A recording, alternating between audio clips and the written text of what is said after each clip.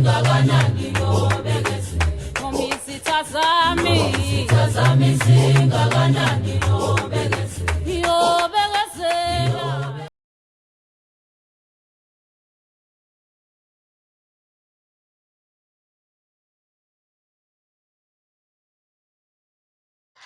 Sanibonani, ugogo Mseleku lo okhulumayo. Ukhuluma ngezimanga ugogo Mseleku ezenzakalayo la emhlabeni.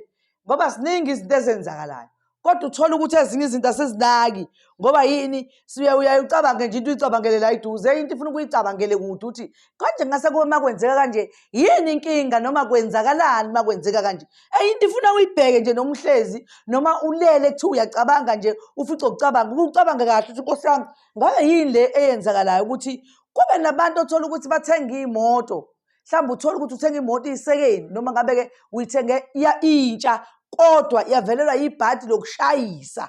Uyayizwa leyo nto? Uma ibe nebhadi lokushayisa ngoba ngeke ziyeke ney'moto ukushayisa ngoba kunalabantu laba abafela emgwaqweni. Uthola ukuthi abathathwa kwayikhona emgwaqweni. Ngesikhathi le moya walo muntu lo uphuma ubhayibhayiza, vele uzohlangana nawe uyokuthatha uyokuthela lapha phansi. Yingakho kumele ukuthi zonke izinto ziqashelwe. Uma unemoto, imoto yakho engathi ungayenza something. Imoto yakho uyenzela ukuyiqinisa ukuze kungathi zonke iy'hunguhungu zomoya ey'hunguza phandle zihunguzele emotweni yakho. Imoto yakho mayiqine uyibambe ngoba kukhona izinto ezenzakalayo kwesinye isikhathi ukuthi uthenga imoto noma mhlawumbe ngabe bisiyisekeni. Le moto uyithenga nje uthola ukuthi kwahambela umuntu phakathi. Njengoba kwahambela umuntu phakathi, isinenkinga vele ezenzakalayo le moto ngoba lo muntu uhlala hlambe afuna ukuvuka ahambe ngayo le moto. Phela yize usuke ungamboni wena, kodwa izinto nje ezenzakalayo ezenzeka ngomoya wena ongacabanga ukuthi ngomoya, kanti lo moya wasezulwini, lo moya wokuphila komuntu, ukuphila komuntu osuke ufakiwe kuyena usebenza one way lo moya womuntu ngoba ubona siza sithi siyaphupha, sisuke siphupha nje kusebenza wona umoya lowo kuyiwona osuke ungena kuwena ngaleso sikhathi uphupha lowo muntu osuke umbona ngoba phela usuke engeke usuke engakabuya zokuxoxela indaba, yilo moya wakho osalayo udraya la emhlabeni. Yingakho-ke uthola ukuthi kwesinye isikhathi uzothi uyahamba ngemoto yakho uzoqondana nalelo bhadi lalowo moya usukushayisana imoto yakho ishayisane mhlawumbe nomunye umuntu.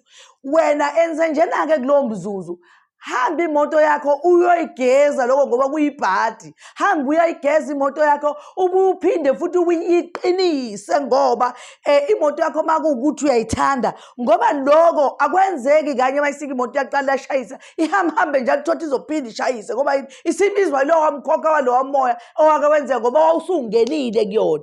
Ingakho kubalulekile ukuthi imoto nje mawukade uthenga imoto uhambe uyoyiqinisa imoto yakho, uyivale ukuthi yonke imimoya emibi noma ngabe ingakuphi ingangeni emotweni yakho.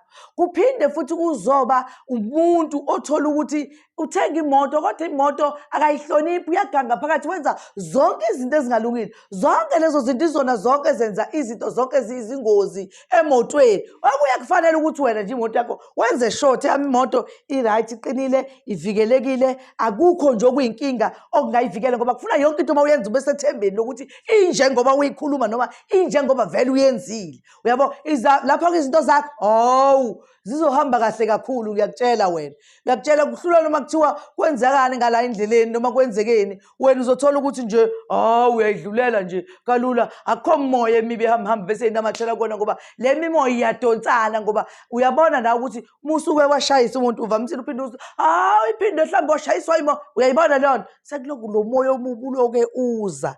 Engisholo ukuthi-ke umuntu uma unemoto, imoto yakho usayithanda nje ukuthi ikulaste kakhulu, iqinise, ivikele izinto.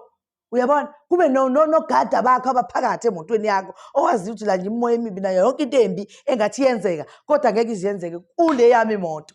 Uyabona, galanti into yakho, uyigalanti imoto yakho.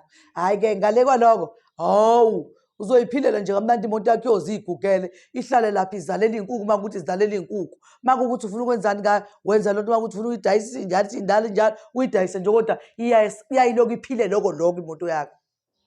Ngiyathemba ukuthi bonke abalandeli bami njengoba ngikhuluma bayangilalela, bezwe ukuthi ngikhuluma ngani futhi bayilalelisise loo nto, bayicabangisise ngoba zonke izinto engizishoyo izinto ezenzakalayo okwangempela ngempela, hhayi okokudlala, izinto ezenzakalayo. Engifisa ukuthi nginazise kona-ke ukuthi-ke ngoDisemba mhla ka-3 ngizobe ngiseGoli eSoweto ePortia Grand. Umuntu ongidingayo wehla eBoxer bese fona abuze ukuthi ngitholakala kuphi, ngizomyalela manje sefonile. Inamba yami njengoba zimbili nje, ungathi uma ungangitholanga kwenye inamba bese uthi awungitholi, fonela nalenye inamba phela uzongithola kuyona, ngoba kuyenzeka inetwork ihluphe kwenye ifoni kodwa ibambeke.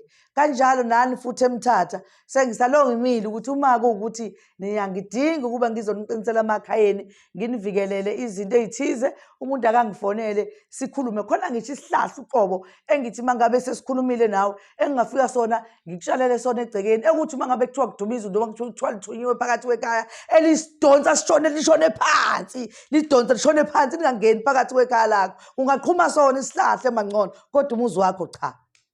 Thokoza makhosi amakhulu, siyabonga Thokozani.